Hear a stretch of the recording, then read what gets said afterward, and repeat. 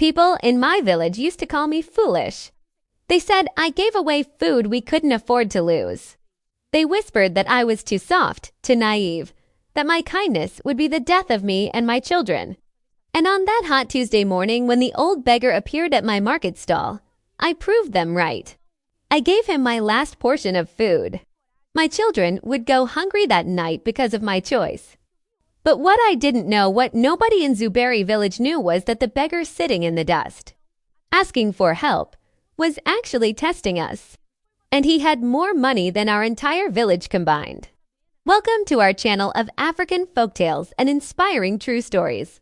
If you enjoy tales of wisdom, kindness, and life-changing moments from across Africa, please like this video, subscribe to our channel, and leave a comment telling us which country you're watching from. We love connecting with our community all over the world. Now, let me tell you the story of how helping a stranger transformed my entire life and taught our village a lesson nobody would ever forget. My name is Amina, and I live in Zuberi village, a small town in our beautiful country. 3 years ago, I was a widow struggling to raise my 2 children alone. My husband died in an accident when our son Kofi was only 5 years old and our daughter Amma was just 2. He left us with nothing but debts and a small vegetable stall in the market where I sold tomatoes, onions, and peppers every day. Life was hard. Some days we had enough to eat. Other days we didn't. I would give my children the food and pretend I had already eaten. I would smile and tell them stories at night while my stomach cramped with hunger, but I never complained. I had my children, I had my health, and I had hoped that things would get better. That Tuesday started like any other day. I woke up before dawn, prepared my children for school, and went to the farm to harvest vegetables for the market. By the time I set up my stall, the sun was already hot and unforgiving. The market was busy that morning. Women haggled over prices, children ran between stalls, and the air smelled of fresh fish, roasted corn, and spices. I had arranged my vegetables carefully, hoping to sell enough to buy rice and a little meat for dinner. That's when I first saw him. An old man, thin as a stick, dressed in torn clothes that had once been white but were now brown with dust and age. His hair was gray and uncombed. His feet were bare and cracked. He walked slowly through the market, bent over a wooden walking stick, stopping at each stall to ask for help. I watched as he approached the stall next to mine, where Mama Fadu sold dried fish. He raised his hand in greeting. "Good morning, sister," he said, his voice weak and raspy. "I am traveling through your village. I have not eaten in 2 days. Could you spare a small piece of fish?" Mama Fatu looked at him with disgust. "Get away from my stall, old man. You're scaring my customers with your filthy appearance. Go beg somewhere else." The old man nodded slowly, as if he had expected this response, and moved to the next stall. Again and again, he asked for help. Again and again, he was rejected. "I don't give free food to lazy beggars," said Mr. Kwesi, who sold yams. "My business is barely surviving." "I can't feed every wanderer who passes through," said Sister Abina, who sold groundnuts. Some people ignored him completely, turning their backs when he approached. Others laughed and made jokes about his appearance. I felt my heart breaking as I watched this elderly man being treated like trash. Didn't anyone remember the teaching that we should honor our elders? Didn't anyone consider that this could be their father or grandfather one day? When he finally reached my stall, he looked at me with eyes that seemed ancient and knowing. There was something about his gaze that made me feel like he could see straight into my soul. "Good morning, daughter," he said softly. "Forgive me for disturbing you. I wonder if you could spare a little food. Anything at all. I have been walking since yesterday and I am very weak." I looked at this old man, and then I looked at the small basket beside my stall. Inside was the food I had brought for my own lunch, a small portion of rice and beans, and 2 boiled eggs. It was all I had. If I gave it to him, I would work the entire day with nothing in my stomach. Behind me, Mama Fadu whispered loudly enough for me to hear. "Don't be a fool, Amina. You're barely feeding your own children. Don't give your food to a stranger." But something in the old man's eyes called to me. Maybe it was the way my own father had looked before he died. Maybe it was the teaching my mother had instilled in me. Give to others, and it will be given to you. I reached for my basket and took out the container of food. It's not much, grandfather, I said, offering it to him.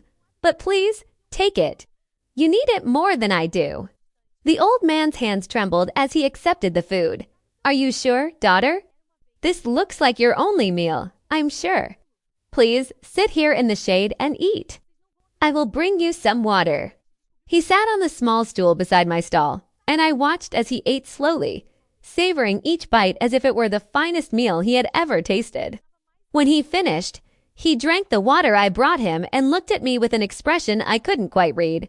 What is your name, daughter? Amina, sir, Amina, he repeated, as if memorizing it. You have a kind heart. Amina, in a world where kindness is rare, you have given freely even though you have little. May God bless you for this. It was nothing, grandfather. I only wish I had more to give. You gave everything you had for today. That is not nothing. That is everything. He stood up slowly, leaning on his walking stick. Tell me, Amina, what is your greatest struggle in life? The question caught me off guard. Nobody ever asked about my struggles. I hesitated, then answered honestly, raising my children alone is hard. I work from dawn to dusk, but sometimes it's not enough. My son Kofi is smart. His teachers say he could go to university one day. But I can barely afford his school fees, let alone save for his future. My greatest fear is that my poverty will limit their potential. The old man nodded thoughtfully. What if you had the means to give them a better life? What would you do? I would make sure they get the best education. I would teach them to work hard and to always help others, no matter how little they have. I would want them to grow up knowing that true wealth is not measured by money, but by the good we do in the world. The old man smiled, the first real smile I had seen on his face. You are wise beyond your years. Amina, I will remember you. He started to walk away, then turned back. I will be in your village for 3 days. If you see me again, please don't hesitate to acknowledge me, even if others treat me badly. Of course, grandfather. You are always welcome at my stall. For the rest of that day, I worked on an empty stomach. By evening, I had sold enough vegetables to buy a small bag of rice and some dried fish for dinner. It wasn't much, but it would feed my children. That night, as I cooked dinner in our small one-room house, Kofi asked me a question that made me pause. Mama, why did you give your food to that old man today? Auntie Fadu said you were foolish. I looked at my son's innocent face and knelt down to his level. Kofi, let me teach you something important. When we have little and we give, it means more than when rich people give from their abundance. That old man needed help, and we had the power to help him. That's never foolish. That's called being human. But Mama, weren't you hungry? Yes, my son. But I have food now. He had nothing. Sometimes we must be uncomfortable so that others can survive. Kofi nodded seriously, processing this information. At 8 years old, he was already learning lessons that many adults never understand. I had no idea that this lesson would prove to be more important than I could ever imagine. I had no idea that the old beggar I fed was about to turn my entire world upside down. And I definitely had no idea that by the end of the week, everyone in Ziberi village would know my name and would learn a lesson about judging people by their appearance. The next morning, I saw the old man again. He was sitting under the large baobab tree in the center of the village square, the same tree where elders gathered to discuss important matters and where children played in the shade. But this morning, the children were not playing. They were standing in a circle around the old man, laughing and mocking him. Look at the dirty beggar. One boy shouted, he smells bad. Another child said, pinching his nose, go away, old man. You're making our village look poor. A girl called out. I was walking to the market with Kofi and Amma when we saw this scene. My heart sank. Where were the parents of these children? How could they allow such disrespect? Before I could say anything, Kofi pulled away from my hand and marched toward the group of children. "Stop it!" He shouted at them. "He's an elder. You should respect him." The other children turned to look at my son, surprised by his boldness. "Why do you care, Kofi?" asked the boy who had called the old man dirty. "He's just a beggar." "My father says beggars are lazy people who don't want to work." "Your father is wrong," Kofi said firmly. "My mother taught me that we should help people who need help, not make fun of them." I had never been more proud of my son. He had listened to what I taught him and was brave enough to stand up for what was right, even when others disagreed. The old man looked at Kofi with those knowing eyes and smiled. "Come here, young man." Kofi approached him respectfully. "I'm sorry they were rude to you, sir. Don't apologize for others, only for yourself. And you have nothing to apologize for." The old man placed his weathered hand on Kofi's head. "You are a good boy. Your mother is raising you well." "Thank you, sir." "Tell me, what's your name?" "Kofi, sir." "And this is my little sister, Amma." Emma, who had been hiding behind me, peeked out and waved shyly at the old man. "Beautiful children," the old man said, looking at me. "You are blessed, Amina." "I know," I replied. "They are my greatest treasure." The other children had dispersed, embarrassed by Kofi's courage. The old man stood up slowly. "I am going to visit some other parts of your village today," he said. "But I wonder if you could tell me who is the richest man in Zuberi." "That would be Chief Okonkwo," I answered. "He owns many buildings and lands. He's also on the village council and the most religious." "Pastor Adeyemi. He leads the largest church here." "I see." "Thank you, Amina. I will see you again soon." He walked away, leaning heavily on his stick, and I continued to the market with my children. I left them at school and set up my stall, wondering why the old man had asked about the richest and most religious people in our village. I got my answer that afternoon. Around 3 o'clock, I heard shouting from the direction of Chief Okonkwo's big house. Everyone in the market turned to look. We saw the old beggar being pushed out of the gate by Chief Okonkwo's security guard. "And don't come back," the guard shouted. "Chief Okonkwo does not entertain beggars." The old man stumbled and fell in the dust. Several people, including myself, rushed to help him up. "Are you all right, grandfather?" I asked, brushing dust from his torn shirt. "I am fine, daughter. I just wanted to ask the chief for a cup of water." I did not mean to cause trouble. He wouldn't even give you water? I was shocked, though perhaps I shouldn't have been. Chief Okonkwo was known for his pride and his love of money. As if summoned by our conversation, Chief Okonkwo himself appeared at his gate. He was a large man, well-fed and well-dressed, wearing expensive traditional clothes and gold jewelry. "You people should not encourage these beggars," he shouted at those of us who had helped the old man. "This is how villages become dirty and disorganized. If we keep feeding every wanderer who passes through, they will never leave." "But Chief," said Mama Fatu, who despite her earlier rejection of the old man seemed moved by his fall, "he only asked for water. Surely we can spare water for an elderly person." "Water today, food tomorrow, a place to sleep the day after," Chief Okonkwo said dismissively. "I didn't become wealthy by giving away my resources to people who contribute nothing to society. This old man should go to his own family instead of bothering strangers." The old man pulled himself to his full height, which wasn't very tall, and looked directly at Chief Okonkwo. "I understand, sir. Thank you for your time."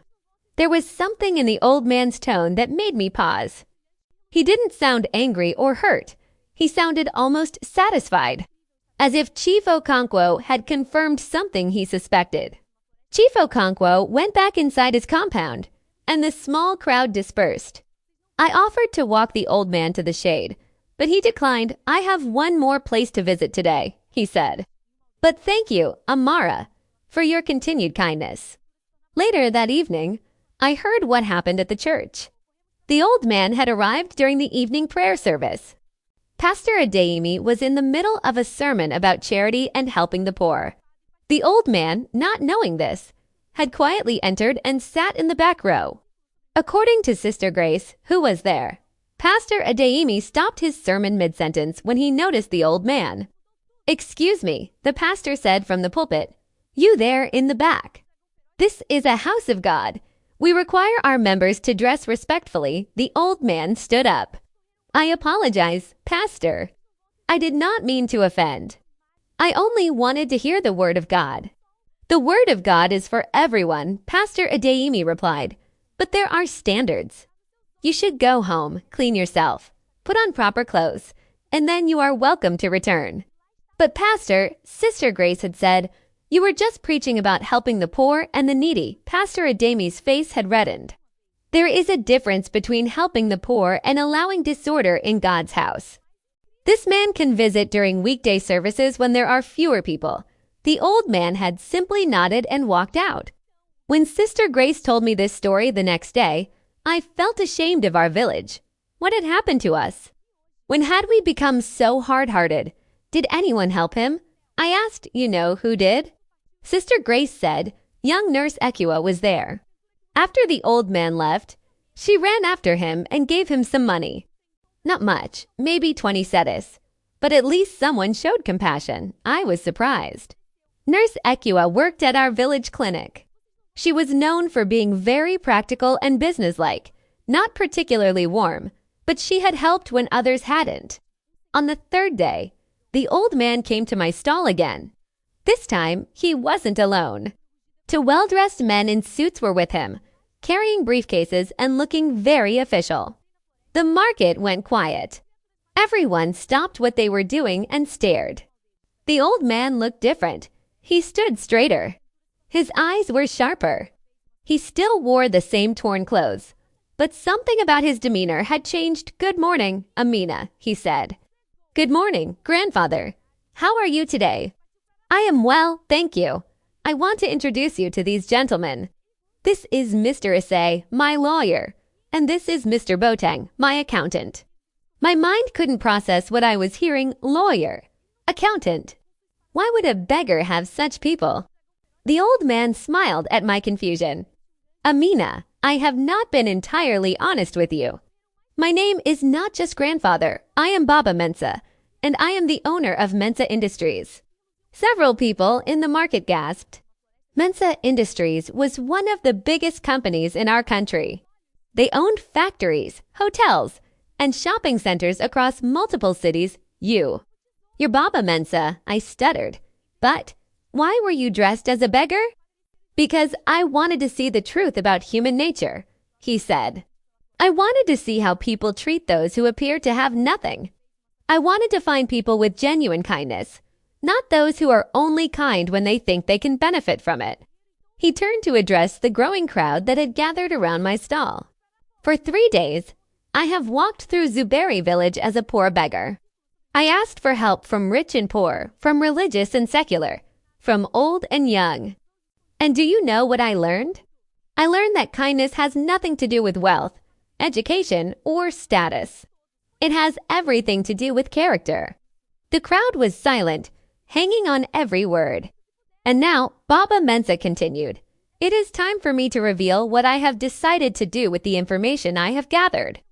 Baba Mensa gestured to his lawyer, Mr. Issei, who opened his briefcase and pulled out a notebook. For the past 3 days, Baba Mensa announced to the gathering crowd, "I have documented every interaction I had in this village. Mr. Issei has recorded the names of everyone who helped me and everyone who rejected me. The results are interesting." By now, the entire market had stopped working. Vendors left their stalls.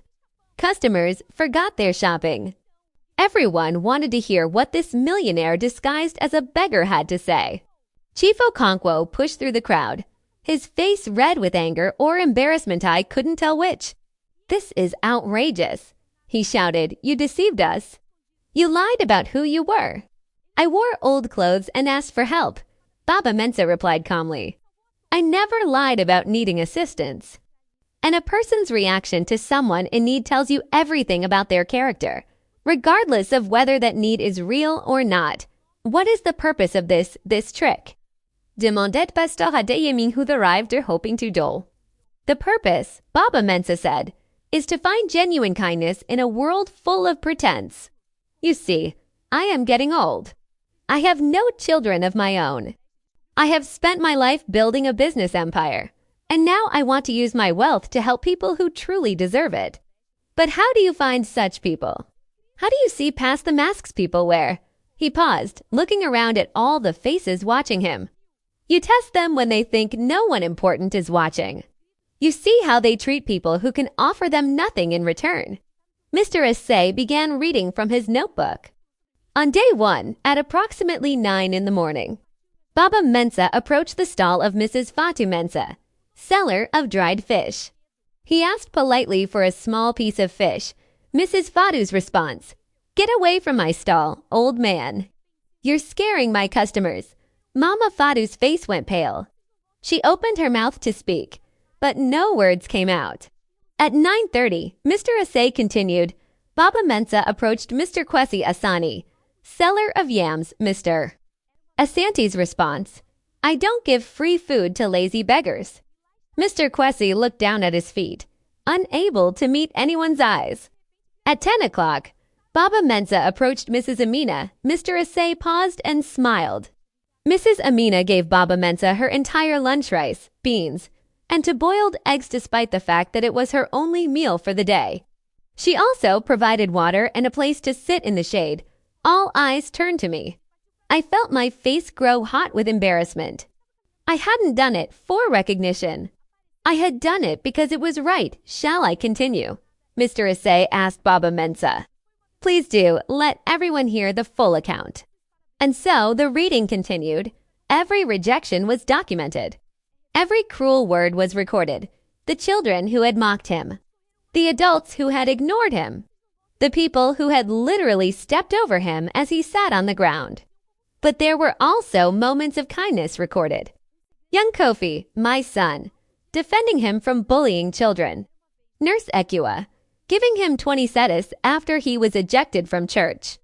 Old Mama Abeni, who had given him a worn but clean shirt because she said, everyone deserves dignity. Mr. Darko, the taxi driver, who had offered him a free ride to the next town, not knowing he was a millionaire. And there were other small acts of kindness from people who had very little themselves. When Mr. Assay finished reading, the silence was heavy. Some people looked ashamed. Others looked defensive.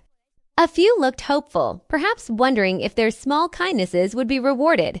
Baba Mensa spoke again. I have learned that poverty does not equal cruelty, and wealth does not guarantee compassion. Some of the poorest people in this village gave me more than the richest. Some of the most religious were the least charitable. Pastor Adeyemi stepped forward, his voice taking on the smooth tone he used in sermons. Baba Mensa, I apologize if my actions in the church seemed harsh. You must understand, we have standards to maintain. Standards? Baba Mensa interrupted. I sat in the back of your church, not disturbing anyone, while you preached about loving the poor. And you threw me out because my clothes were not good enough for your standards. Do you think God cares about the quality of a man's clothes? The pastor had no answer. Baba Mensa turned to Chief Okonkwo. And you, Chief? You wouldn't even give me water. You lectured the village about not encouraging beggars. But tell me, if you were dying of thirst, wouldn't you hope someone would give you water? I didn't know who you were, Chief Okonkwo stammered. Exactly my point. You didn't know who I was, so you felt you could treat me badly. Your kindness is conditional on what people can do for you. That is not kindness at all. That is business. The crowd murmured in agreement. Now, Baba Mensa said, his voice becoming lighter, let me tell you why I am really here. As I mentioned, I have no children. I have built a company worth millions, and I have decided to use some of that wealth to change lives, real lives. Lives of people who have shown that they understand what truly matters. He turned to me, and my heart started pounding. Amina, you gave me food when you had barely enough for yourself. You treated me with dignity when others treated me with contempt. You taught your children to respect elders and to help those in need. You did all this not knowing who I was, not expecting any reward. I shook my head. I just did what anyone should do. But you didn't just talk about kindness. You lived it, even when it cost you something. He nodded to Mr. Boateng, his accountant, who pulled out an envelope. Amina, Baba Mensa said, I am giving you a gift. Inside this envelope are the papers for a full scholarship for both of your children from primary school through university, including living expenses. They will never have to worry about school fees again. I couldn't breathe, I couldn't speak. Tears started running down my face. But that's not all, he continued. I am also giving you the capital to expand your business. Enough money to buy land, to build a proper shop, to hire help if you need it. You will be able to support yourself and your children comfortably. I fell to my knees, overwhelmed. I don't know what to say. This is too much. I don't deserve. You deserve it more than anyone I have met in a long time, Baba Mensa said gently. Stand up, Amina, don't kneel to me. You are not beneath me. You are an example to me and to everyone here. He helped me to my feet as the crowd erupted in applause. Many people were crying, some with joy for me, some perhaps with regret for their own missed opportunity. Baba Mensa held up his hand for silence. I have more announcements to make. The market square had never been so crowded. People from all over Zuberi village had heard about what was happening and came running. Even children had been pulled out of school by parents who wanted to witness this extraordinary event. Baba Mensa continued his revelations. Young man, he called out, and Kofi stepped forward nervously from where he had been standing with his sister. What is your name? Kofi, sir, my son answered, his voice small but clear. Kofi, do you remember what you did yesterday morning? I told the other children to stop being mean to you. Sir, you did more than that. You defended someone who couldn't defend himself. You stood up to peer pressure and did what was right. How old are you? 8 years old, sir. 8 years old, and already you have more integrity than many adults twice your age. Baba Mensa turned to his lawyer. Mr. Asay, please make a note. Young Kofi is to receive a special mentorship program. When he is old enough, if he is interested, I will personally ensure he gets internship opportunities at Mensa Industries. Integrity like his should be nurtured, not wasted. Kofi's eyes went wide with shock. I had to hold onto a nearby stall to keep from fainting. Baba Mensa then called out another name. Nurse Ekua, are you here? A well-dressed woman in her 30s pushed through the crowd. Yes, sir, I'm here. You gave me money after I was thrown out of the church. It wasn't much. It was all I had in my purse at the moment, Nurse Ekua interrupted, then blushed. I'm sorry for interrupting. Sir, Baba Mensa smiled. Don't apologize for honesty. Tell me, why did you help me? Nurse Ekua thought for a moment. My grandmother always said that we should help when we can, even if it's just a little. I felt bad that the pastor had sent you away. It didn't seem right. You work at the village clinic, correct? Yes, sir. I have learned that your clinic is struggling with outdated equipment and insufficient medicine supplies. Is this true? Yes, sir. We do our best, but we often have to send patients to the city for treatments we should be able to provide here, not anymore. Baba Mensa announced. Mensa Industries will be donating new medical equipment to your clinic, along with a fund for medicine and supplies. Additionally, we will sponsor to more nurses to work there, reducing the burden on your current staff. The crowd erupted in cheers. Access to better healthcare would benefit the entire village. Nurse Ekua's professional composure finally broke, and tears ran down her face. Thank you, sir. Thank you so much. You have no idea how many lives this will save. I think I do, Baba Mensa said gently. And you have no idea how refreshing it is to find people like you who do good work despite having inadequate resources. He then called out more names. Old Mama Abeni, who had given him a shirt, received money to repair her home which had been leaking during the rainy season. Mr. Darko, the taxi driver, received a new vehicle to replace his old, barely functioning car. Each act of kindness was rewarded. Each person who had shown compassion received something that would genuinely improve their life. But Baba Mensa wasn't finished. Now, he said, his voice taking on a sterner tone, we must address those who failed this test. Not to punish them, that is not my place, but to help them understand what they lost and why. He turned to Chief Okonkwo, who had been standing at the edge of the crowd, looking increasingly uncomfortable. Chief Okonkwo, you are a wealthy man. You have land, buildings, and businesses. You sit on the village council and make decisions that affect everyone here. When I came to your gate asking for water, just water, you had me thrown out and publicly humiliated. Can you tell me why? The chief's face was red. I have to protect my property. There are many scammers and thieves. I asked for water, not to enter your house. I was an old man, clearly weak and thirsty. Would a cup of water have bankrupted you? No, but let me tell you what you lost. Chief Okonkwo, I came to Zuberi village for 2 reasons. The first was to find good people to help.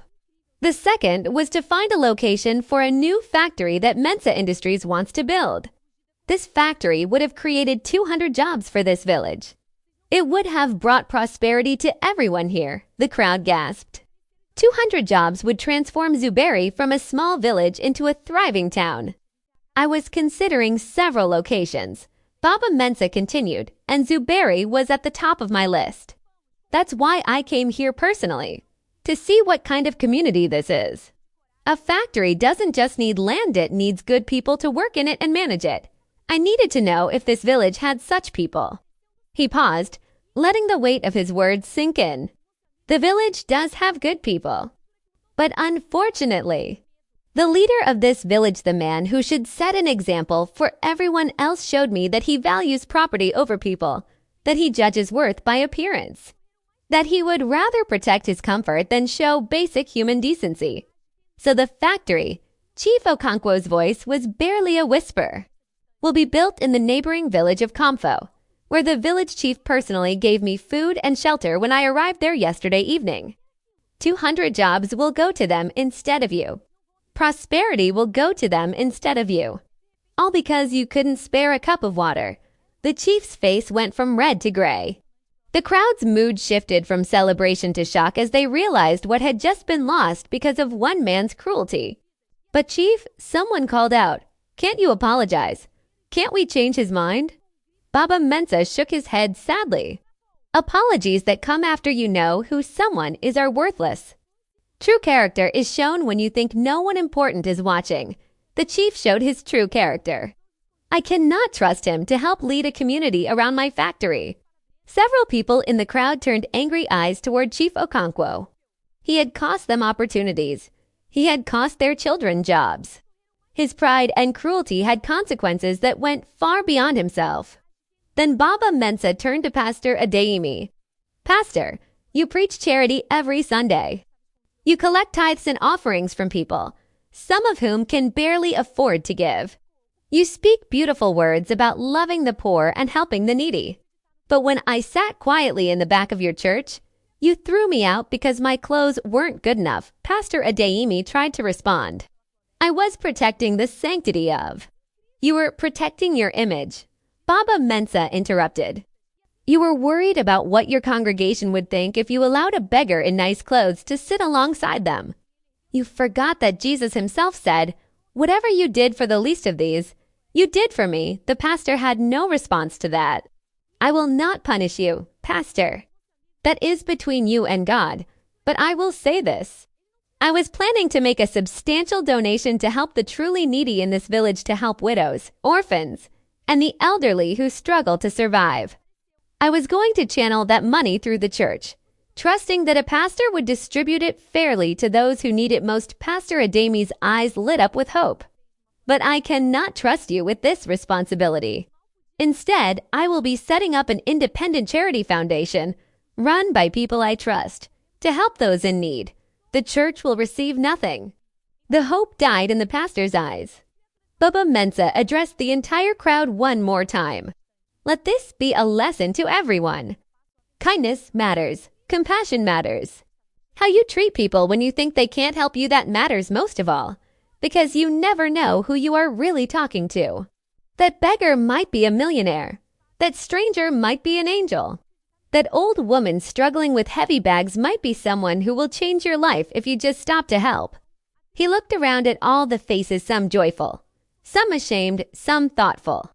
I am leaving Zuberi village tomorrow morning. But I will not forget what I learned here. I will not forget the kindness of Amina, young Kofi, Nurse Ekua, Mama Abeni, Mr. Darko, and the others who showed compassion. And I will not forget those who showed me cruelty, not because I want revenge, but because it taught me an important lesson about human nature. He turned back to me one final time. Amina, my lawyer will visit you tomorrow with all the paperwork for the scholarships and the business grant. You deserve this and so much more. I found my voice finally, though it was shaking with emotion. Baba Mensa, I don't know how to thank you. You've changed my life. You've changed my children's future. I will never forget this. Then don't forget it, he said with a smile. Remember it every time you see someone in need. Remember it and help them, even when you have little to give. Teach your children to do the same. That's how we change the world, one act of kindness at a time. As the crowd began to disperse, people came to congratulate me. Some were genuine in their happiness. Others, I could tell, were bitter that they hadn't been kinder to the old beggar. Mama Fatu approached me, her eyes red from crying. Amina, I am so ashamed. I was cruel to that old man, and I see now what I lost. Not just money or rewards, but the chance to be a good person. I took her hand. It's not too late to change. Mama Fatu, start today. Be kind to the next person who needs help. That evening, as I walked home with Kofi and Amma, my son asked me a question. Mama, did you know he was rich when you gave him food? No, my son. I had no idea. Then why did you do it? I stopped walking and knelt down so I was eye level with both my children. Because kindness should not depend on what we can get in return. We should be kind because it's right, not because it's profitable. Do you understand? Both children nodded solemnly. Today you learned an important lesson. I continued. Goodness is always rewarded, even if not immediately, even if not in the way we expect. But we should be good anyway, even if there was no reward at all. That night, I couldn't sleep. My mind was racing with everything that had happened, everything that would change. Tomorrow, my children's entire future would be secured. Tomorrow, I would have the resources to build a real business. Tomorrow, my life of struggle would begin to ease. But the thing that made me smile in the darkness was not the money or the opportunities. It was the knowledge that I had raised my son right, that when he saw injustice, he spoke up, that when he saw someone in need, he helped. That was worth more than any scholarship or business grant. That was a success that no amount of money could buy. I'm sitting in my new shop right now, telling you this story. It's hard to believe that only 1 year has passed since that incredible day when Baba Mensa revealed who he really was. So much has changed, yet in the most important ways, everything is still the same. My shop is no longer a small stall in the market. With the money Baba Mensa gave me, I built a proper store with a roof, walls, and even a cold room to keep vegetables fresh. I hired 2 young women from the village to help me, giving them jobs they desperately needed. My business has grown 5 times larger than before, but I still wake up at dawn. I still go to the farm to select the best vegetables. I still greet every customer with respect, whether they're buying 1 tomato or a whole bag, because success hasn't changed who I am at my core. Kofi and Amma are thriving in school. The scholarship covers everything: books, uniforms, fees, even extra tutoring. Kofi's teachers say he's at the top of his class in mathematics. Emma is learning to read and already loves books more than anything. But more than their academic success, I'm proud of their character.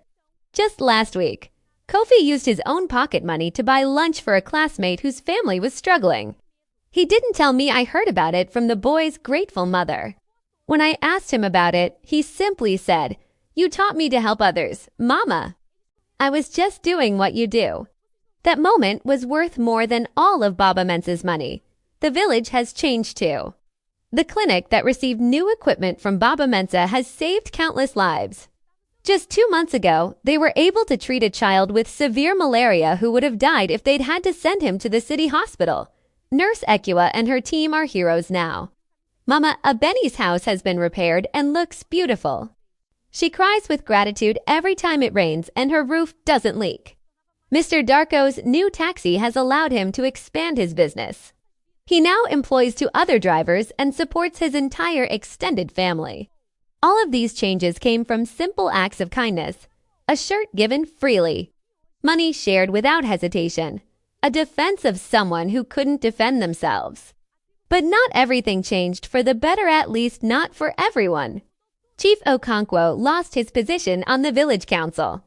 The people voted him out after they realized that his selfishness had cost the village 200 jobs. He's still wealthy, still owns his properties, but he's lost the respect of the community. I see him sometimes in the market, and he looks smaller somehow, as if shame has physically shrunk him.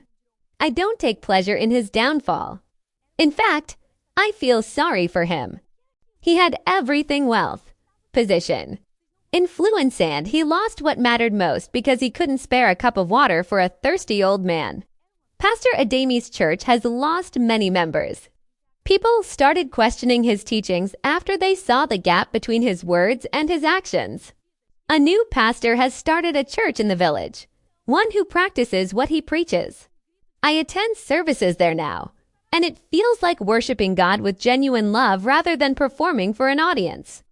I heard that Pastor Ademi has become more humble. He volunteers at the clinic now, helping to clean and organize. Perhaps being humiliated taught him something valuable. I hope so. The factory that was supposed to come to Zuberi village was indeed built in Kamfo, the neighboring village. Sometimes I see people from Kamfo at the market, and they talk about how the factory has transformed their community. Jobs, prosperity, new schools, better roads, all the things that could have been ours. It stings sometimes, knowing what we lost. But it also serves as a powerful reminder. Our choices have consequences, not just for ourselves, but for everyone around us. I've had the honor of meeting Baba Mensa twice since that first encounter. He came back to visit and check on how everyone was using his gifts. Both times, he came dressed in his regular clothes, expensive, clean, appropriate for a millionaire. But both times, I noticed how carefully he watched how people treated the workers who came with him. The drivers, the assistants. He was still testing, still observing, still learning about human nature. During his last visit, he took me aside privately. "Amina," he said, "I want to tell you why I really gave you so much. It wasn't just because you fed me. Many people have fed me over the years. It was because of how you fed me." "I don't understand," I said. "You gave me your only meal without hesitation. You didn't make a show of it. You didn't lecture me about working harder or ask invasive questions about why I was begging. You simply saw a need and filled it. You treated me with dignity. That's rare, Amina. That's precious." He paused, looking at my new shop with approval. "And now I see that I chose well. You used my gift not just to improve your own life, but to create opportunities for others. You hired workers. You're training them. You're becoming a leader in this community, leading by example rather than by words." "I'm just trying to do what's right," I said. "Exactly. That's why you were chosen. Not because you tried to impress anyone, but because doing right is simply who you are." Before he left that day, he gave me one more gift, a letter. "Don't open this now," he said. "Open it when you face a difficult decision and you're not sure what to do. Let my words guide you." I keep that letter in a safe place. I haven't needed to open it yet, but knowing it's there gives me comfort. You might be wondering if this all sounds too good to be true, if this is really how the world works. I can tell you from my own experience, goodness is rewarded, but not always in the way we expect or in the time frame we want. I was kind to a beggar, and yes, he turned out to be a millionaire who changed my life. But I had been kind to many people before him, people who were genuinely poor, who had nothing to give back, who I never saw again. I helped them not because I expected rewards, but because it was the right thing to do. The reward isn't always money or recognition. Sometimes the reward is simply peace of mind. The knowledge that you did what was right. The ability to sleep well at night because your conscience is clear. But I also want to be honest with you. Life didn't become perfect after Baba Mensa's gift. I still have challenges. I still worry about my children. I still have days when I'm tired and overwhelmed. The difference is that now I have resources to deal with those challenges. I have options I didn't have before. I have security that allows me to breathe easier. And most importantly, I have a story that I can share with others. A story that proves kindness matters. That proves good people exist. That proves we should never give up on humanity, even when the world seems cruel. So many people have come to me since that day, asking for advice. How can I be blessed like you? They ask. What's the secret? And I tell them what I'm telling you now. There is no secret. There is no trick. There is only this: be genuinely kind, not because you expect rewards, but because kindness is its own reward. Help others not because they can help you back, but because they need help and you have the ability to give it.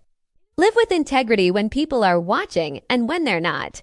Treat everyone with dignity, regardless of how they look, what they own, or what they can do for you. Teach your children these values. Model them in your daily life.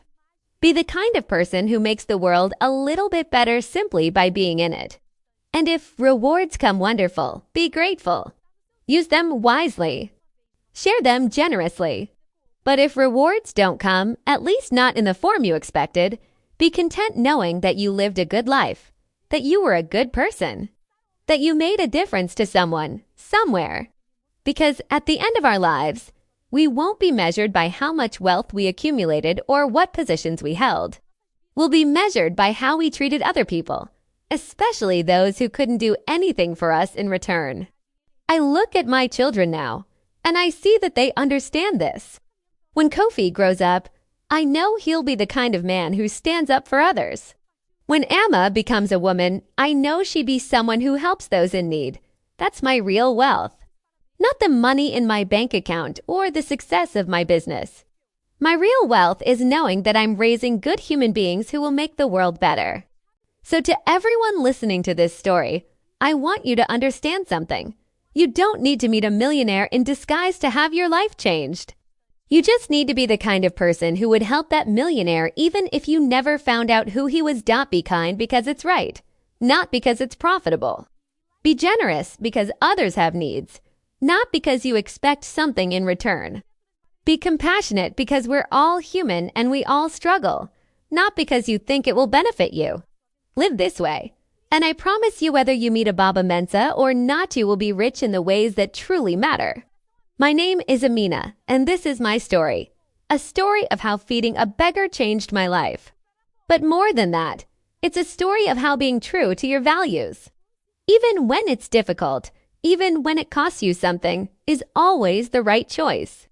The beggar I helped was secretly a millionaire. But even if he hadn't been, I would still be glad I helped him. Because that's who I am. That's who I want my children to be. That's who I hope you'll choose to be too. Thank you for listening to my story. If it touched your heart, please share it with others. Subscribe to our channel for more African folktales and true stories that inspire and teach valuable lessons. Leave a comment telling us what you learned from this story and which country you're watching from. And most importantly, the next time you see someone in need, a beggar, a stranger, an old person struggling with their bags, I hope you'll remember my story and choose kindness, because you never know. That person might change your life, or you might change theirs. Either way, kindness is never wasted. May God bless you all, and may you always have enough to share with those who have nothing.